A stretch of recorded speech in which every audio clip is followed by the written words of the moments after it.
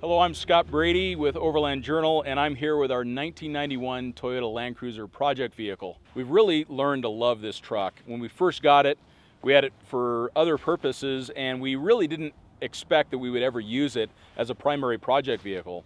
When we were looking at what did we want to do for 2012, 2013 for the website Expedition Portal, what we thought about was, hey, let's do the Prado. Let's use this LJ78 diesel turbo platform and see just how well these trucks perform in the environments that we experience here in North America.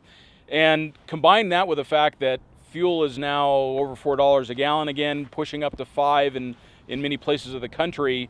Having an engine that gets 25, 26 miles a gallon on a 32-inch tire starts to be pretty appealing. So of course a Land Cruiser, just as it comes from the factory, is a really capable truck, and this one proved that on some of the trails that we did early on when we owned it.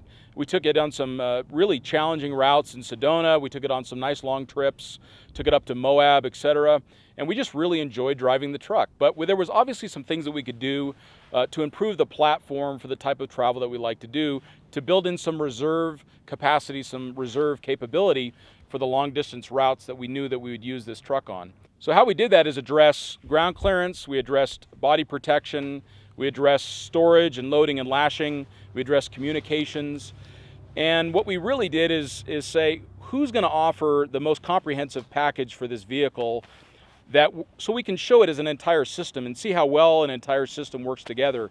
So for that, we went to ARB in Australia, who literally has an entire catalog worth of products for this particular truck, and it was really an interesting solution for us to look at how does everything work together, and we found that everything works together really nicely.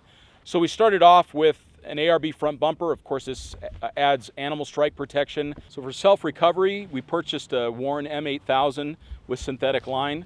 We installed some Ipf Hid Lights, and these are set up Australian style, which means we've got a spot beam for long distance coverage, and we've got a driving beam for a real wide coverage as we're going down the road.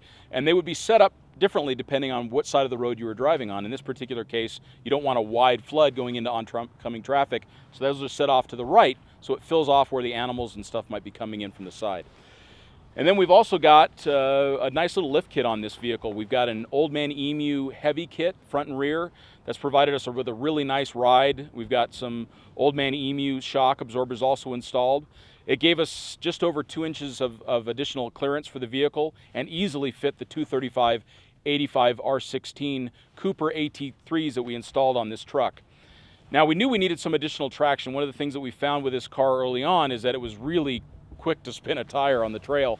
So we got some front and rear ARB air locking differentials, and these are driver selectable differentials, so if we're on ice or if we're on surfaces where we don't want understeer or oversteer from the vehicle, or we've got good traction, then we can leave the differentials off. If we get into really technical terrain, we can have both differentials on.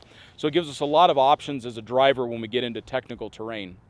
Then we also wanted to start addressing communications, so we installed a Yaesu handheld 2-meter radio system with a nice antenna for some additional gain.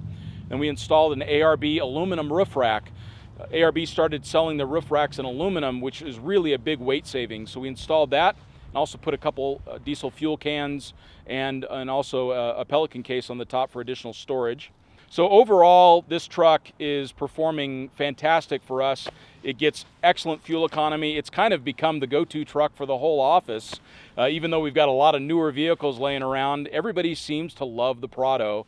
And I think it's because you've combined that legendary Toyota reliability with a car that's a little bit unique. It's a little bit different than something that we would typically see in North America. And for that reason, we're excited to go take it on some trips.